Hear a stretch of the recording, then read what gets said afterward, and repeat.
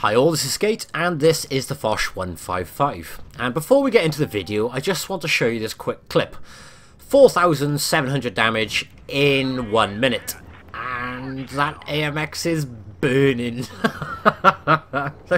That's just cruel. Basically I decided to go on a YOLO run, and this is the end result. Doesn't happen all the time this way, but this is just one of those YOLO runs that somehow work and works well. So far I've done 1,300 damage to that 50B, the poor thing. We've just done 700 damage to a 54, and this is the point where I thought, screw it, let's just charge in head first for a laugh. And we managed to do 1,000, make that 1,100 damage to the 263, and this is when I knew I was going to die. So I decided, right, if I'm going to die, I'm going to take one more tank with me. And there's another squishy target. So one into the engine deck for 1,000. And are we going to ram him to kill him? Nope. But we're going to leave him on 100 and something health. And he is stuck in that position, which means he's very quickly going to be finished off. But from the point of firing my first shot to the point of my death, that was 1 minute exactly. And we did 4,794 damage. Not bad for the lowest DPM tier 10 TD in the game, eh? Look, 4 shots, 4 tanks. Yeah, it don't happen like that often, but I had to share this clip because it cracked me up. So, the Foch 155, the least popular tank at tier 10. In the last 90 days, according to Blitz stars, only 400 people have played it. And truth be told, the only reason I have gone for this tank, or gone up the line, is because I'm a bit of a tank collector nut, and I like to grind every single tank on my account. I could use my contributor accounts, but I'd rather just push up and try and get every single one on my actual account. And it was a very rocky road to get to this tier 10 tank. Some tanks were great, some tanks were, oh my god, awful. And the Foch 155. In short, I love it. Genuinely, I think it's fantastically good fun.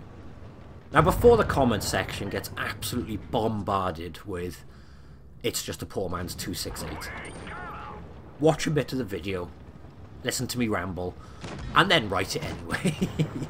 But, in the words of Dr. Pepper, you don't know until you try it. And I'm so glad I tried it, because I really enjoy it, like an awful lot.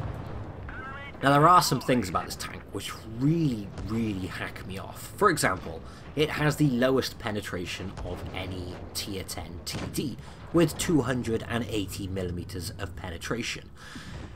Why? Why give it such bad penetration? It's not bad penetration, it's actually, in the grand scheme of things, pretty good. But it's still the worst out of all the tier 10 TDs. I don't genuinely understand why Wargaming gave it that low penetration value. It would be nice if this thing had a little bit more DPM, but to be honest with you, I kind of see why it does have the lowest DPM, because its armor and its mobility really do make up for that, genuinely. And when this thing came out, we all did, everybody had instant the same result. Well, where's the autoloader? That's a bit disappointing. It has that great big giant weak spot on the top. What's the point in all that frontal armor if everybody's going to go for that weak spot? And you couldn't help but just feel disappointed when this tank hit the game, because it wasn't as per expectation. And I remember when I did that preview, several of the comments which had shed tons of likes on were, it's just a poor man's 268. And I couldn't disagree with the point. I'd only played it on the test server, and at that point in time, I didn't have any high hopes for this thing because of that great big rangefinder and the lack of autoloader and DPM. And it just made me feel disappointed. But since playing it, it is different to the 268, and I think it's actually not the greatest of comparatives. It's like a happy hybrid between a 268 and a 263. So I mean, let's look at the 268 side of things quickly. The 268 armor is not as reliable as the frontal armor on this Foch.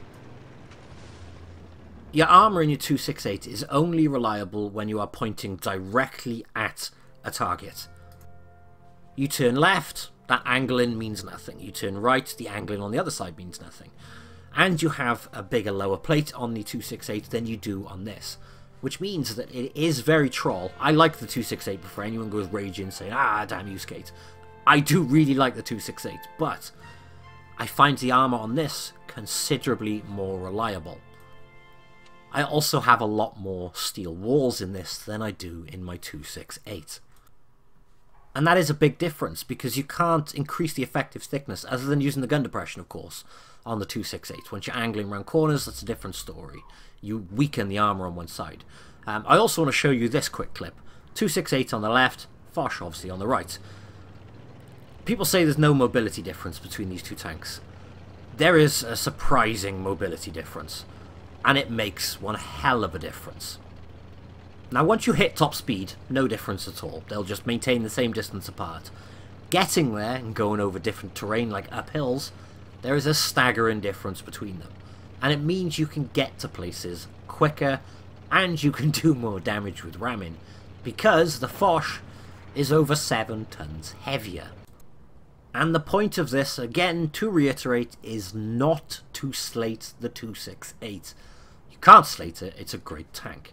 But so is the Foch, and they are indeed different. You would be genuinely surprised how much fun you can have in this tank. And that mobility, however trivial it may seem on paper, or on completely flat terrain, when you're going over places like this, the Foch, there is no comparative with the 268. This will just pull away from it all day long, which means you can roll with the medium pack and really surprise mediums. But the tank is 57 tons.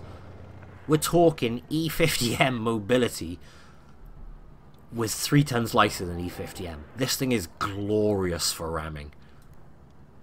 Now, I mentioned in my Foch video I like to use the Foch to ram.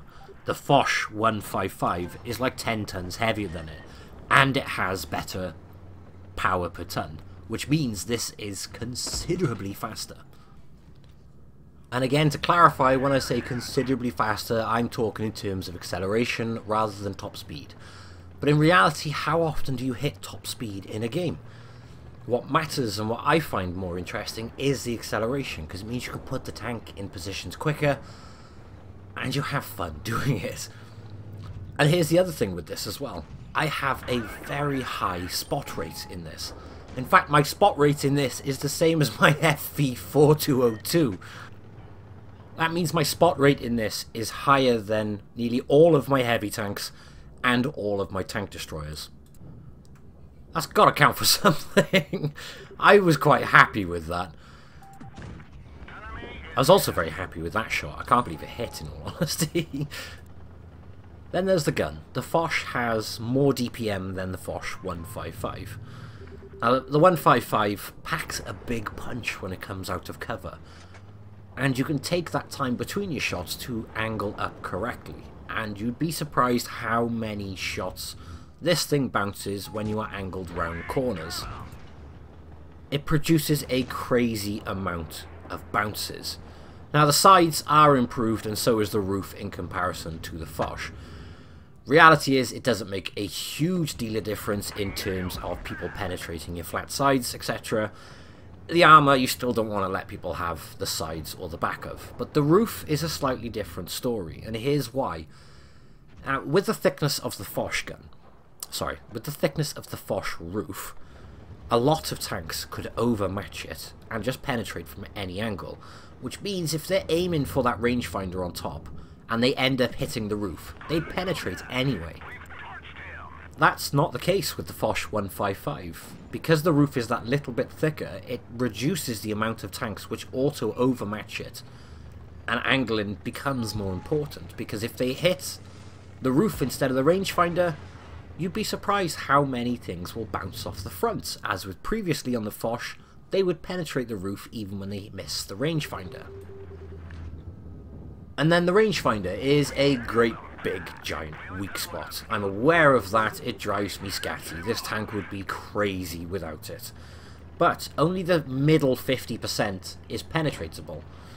The rest is just spaced armor, which counts for nothing, so if people hit that extra bits on the outside, it's not going through. Now at this point in the game, it's fairly obvious I was going to die giving my butt to an E100.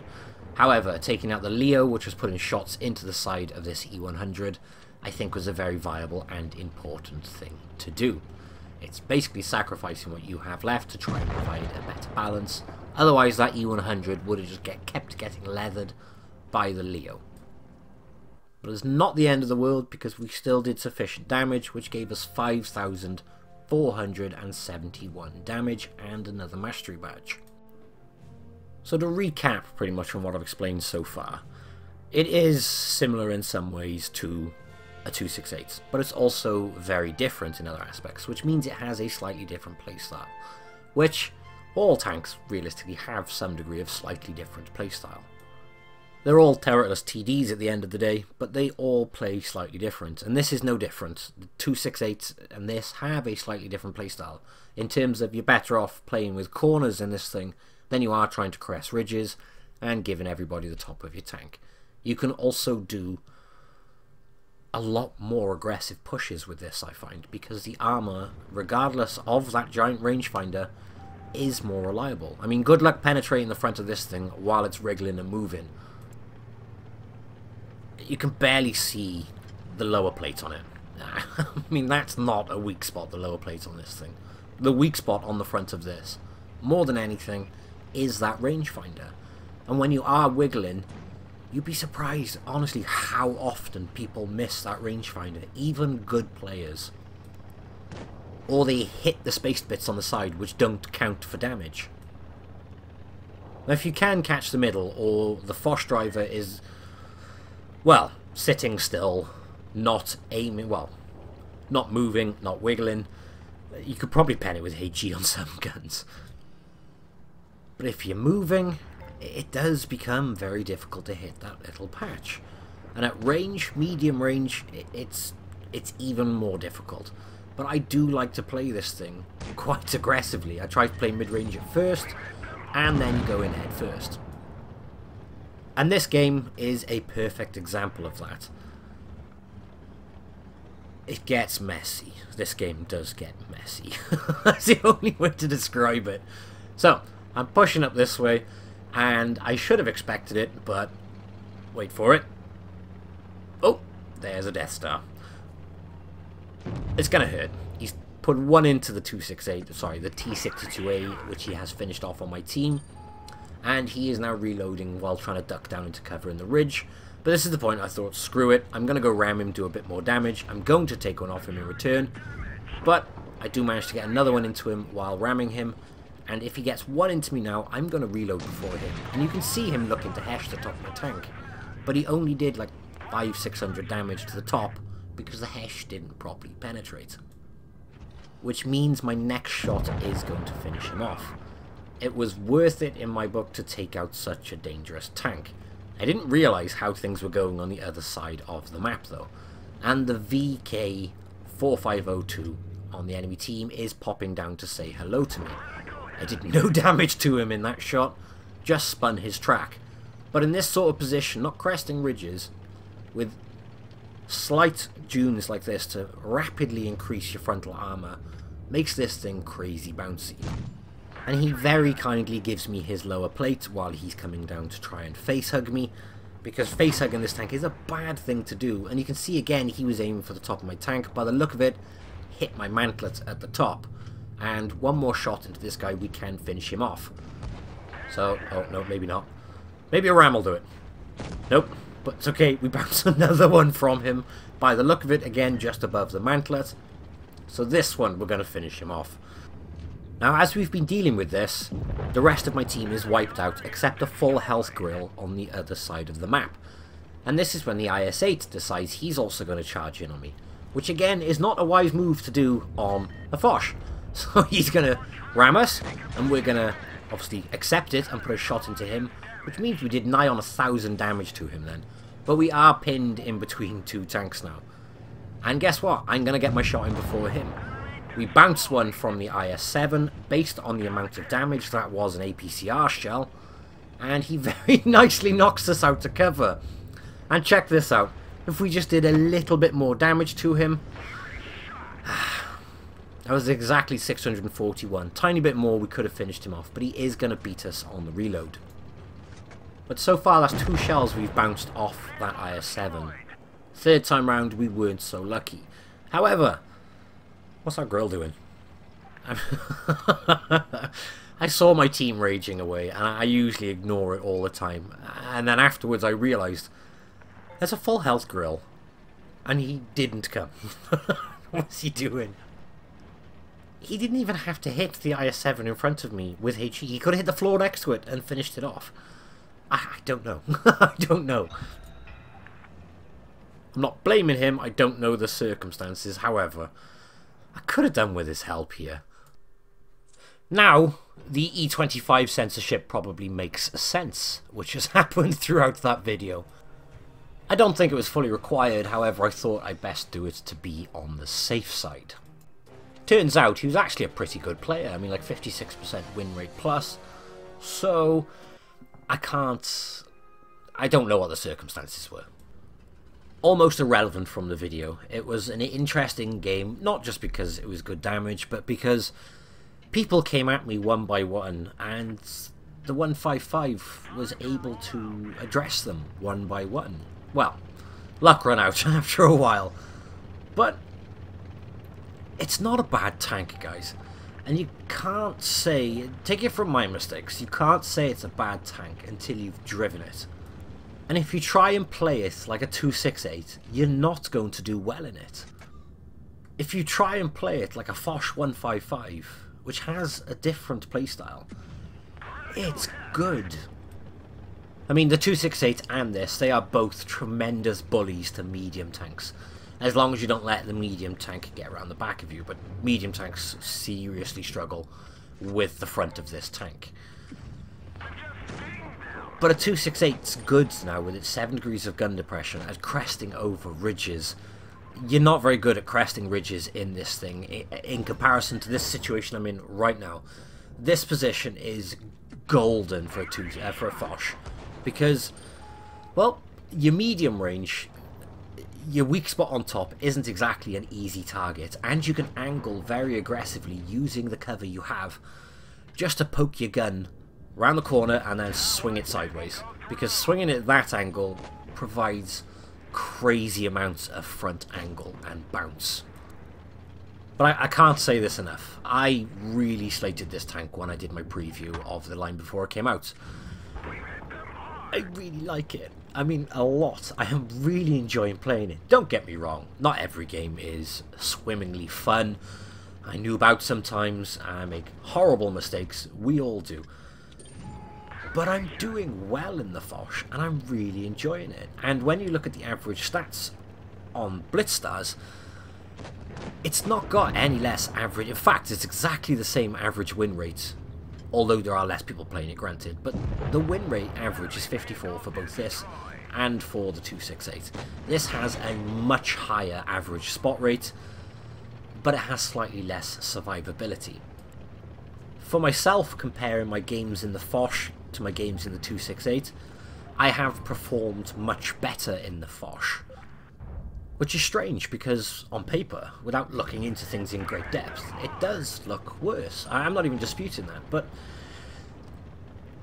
you got to take everything into consideration. Like I said, that extra brake horsepower per turn, that extra weight, all those things, and the more reliable frontal armor really make this thing a different kettle of fish. It is a funny little hybrid between the 268 and the 263, and screw it, throw a little bit of E50M in there. It's also a little bit of that as well, because you can ram, and you can ram very, very, very well in this thing. Me and Meadsy were actually trying this in a training room. We took an E50M and we took a Foch 155, and we put them either side of the map, and we ran them into each other at full speed, and they pretty much came off the same. Now, the E50M isn't the greatest tank out there. I personally, again, love that tank, but it's a Marmite tank. Some people think it's bad, some people absolutely adore it. Those who adore it for one reason. It is glorious fun at ramming, and you can just tap people over and over again to just take bits of damage off them, and just whittle them away slowly. This tank is very much similar. It's got a very fun playstyle. Now, I've let that T-54 shoot me over and over again, because at the time, it was either turn my side to an IS-8, and a 50B, or turn my side to the T-54. So, prioritising, so to speak. But I'm not even going to get any more damage on him. He's done for. But that, to me, is a lovely example of the Foch. You use the first part to be hiding up against cover, and then you push, and you push aggressively in their faces. But that one, we had a very good game, 6,992 damage. And if you can take anything from this video, the best recommendation I can make is just try the tank. I went from thinking it's a big steaming turd. Now I think it's glorious fun. I really, really enjoy it. And if you want to see some more Foch 155 action, please let me know in the comments. I have plenty of footage on this tank recorded. But I hope you've enjoyed the video, guys. It's a slightly different perspective on the Foch 155 than I was expecting to have. I'm genuinely pleased that I can provide something positive on it rather than a very, very negative video, which I was expecting to do, in all honesty, like I have with some of the tanks in this line. But no, Foch 155. If you haven't tried it, try it. Personally, I recommend it. Well, I think that's a perfect time to end off on the video. Thank you all for watching, and I will catch you in the next one. Bye-bye.